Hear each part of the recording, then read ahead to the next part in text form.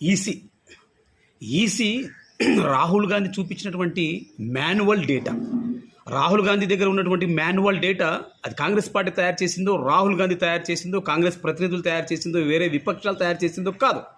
కేంద్ర ఎన్నికల సంఘం తయారు చేసిన మాన్యువల్ డేటా రాహుల్ గాంధీ దగ్గర ఉంది. దానికి సంబంధించిన ఆధారాలను నిక్కచ్చిగా మీడియా ముందు, దేశం ముందు చూపించాడు రాహుల్ గాంధీ.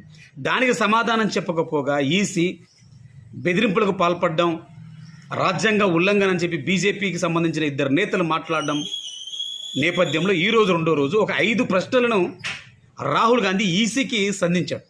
అవేంటంటే, ఓటర్ల జాబితాకు సంబంధించిన డిజిటల్ డేటా ఎందుకు ఇవ్వడం లేదు, అది డిజిటల్ మెషిన్ రీడబుల్ ఫార్మాట్ అని ఉంటుంది, అది ఎందుకు ఇవ్వడం లేదు. ఎంతోమంది దేశంలో ఎంతోమంది ఆ పక్క విపక్షాలు అయితే ఏమి, ఆర్టీఏ యాక్టివిస్టులు అయితే ఏమి డిజిటల్ డేటా అడిగారు, కేంద్ర ఎలక్షన్ కమిషన్కి ఇవ్వలేదు. రెండోది వీడియో ఫుటేజ్. ప్రతి ఎలక్షన్ బూత్లో తప్పకుండా సీసీ కెమెరాలు లేదా కెమెరాలు పడుకొని వీడియో తీస్తూ ఉంటారు. ఎందుకు? ఏదైనా అసాంఘిక కార్యకలాపాలు జరిగినా, అసంఘటిత కార్యక్రమాలు జరిగినా, ఏదైనా ఇంకా రాజ్యాంగ ఉల్లంఘనలు ఏమైనా జరిగినా పట్టించడానికి, పారదర్శకంగా ఎన్నికలు జరగడానికి వీడియో ఫుటేజులు, కెమెరామాలను పిలిపించి వాళ్ళకి ప్రత్యేకించి డబ్బులు ఇస్తూ ఎన్నికల కమిషన్ చేస్తుంది. మరి ఆ ఫుటేజ్ ఎందుకు ఇవ్వడం లేదు? నెంబర్ 3, ఓటర్ల జాబితాలో గోల్మాల్ ఎందుకు జరిగింది? దానికి ఆన్సర్ చెప్పదు. మేము అడిగిన ప్రశ్నలకు సమాధానం చెప్పకుండా ఈసీ మమ్మల్ని ఎందుకు బెదిరిస్తూ ఉంది? ఎన్నికల సంఘం అధికార బీజేపీకి ఏజెంట్గా ఎందుకు పనిచేస్తుందో అన్న రాహుల్ గాంధీకి సంబంధించిన 5 ప్రశ్నలు ఈసీకి వేస్తే ఈసీ సమాధానం చెప్పడం లేదు. నువ్వు ప్రమాణం చేస్తావా? మాట్లాడే హక్కు ఉందా? ఇది రాజ్యాంగ ఉల్లంఘన కాదా అని చెప్పి బీజేపీ ఎలక్షన్ కమిషన్ ఒకే వాదాన్ని పట్టుకొని రాహుల్ గాంధీ మీద విమర్శ చేస్తూ ఉంది, ప్రశ్నలు సంధిస్తూ ఉంది.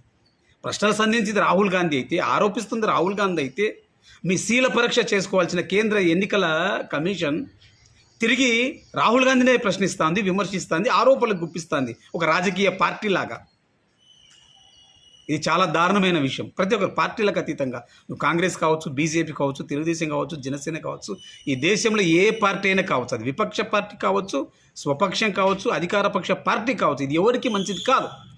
మీకు నిజంగా నిష్పక్షపాతంగా మేము ఎన్నికలు జరిపాము, నిజాయితీగా ఎన్నికలు జరిపాము, విశ్వాసంతో ఎన్నికలు జరిపాము, భారత రాజ్యాంగం మీద ప్రమాణం చేసి ఎన్నికలు జరుపుతామంటే డిజిటల్ డేటా ఇవ్వండి. డిజిటల్ డేటా ఎవరు తయారు చేస్తారు? మీరు తయారు చేసిన మీ డేటానే మాకు ఇవ్వడానికి ఎందుకు భయపడుతున్నారు?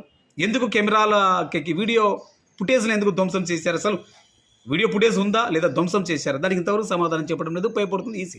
అంటే దీన్ని బట్టి అర్థం చేసుకోవచ్చు, కేంద్ర ఎన్నికల కమిషన్ తప్పు చేసింది.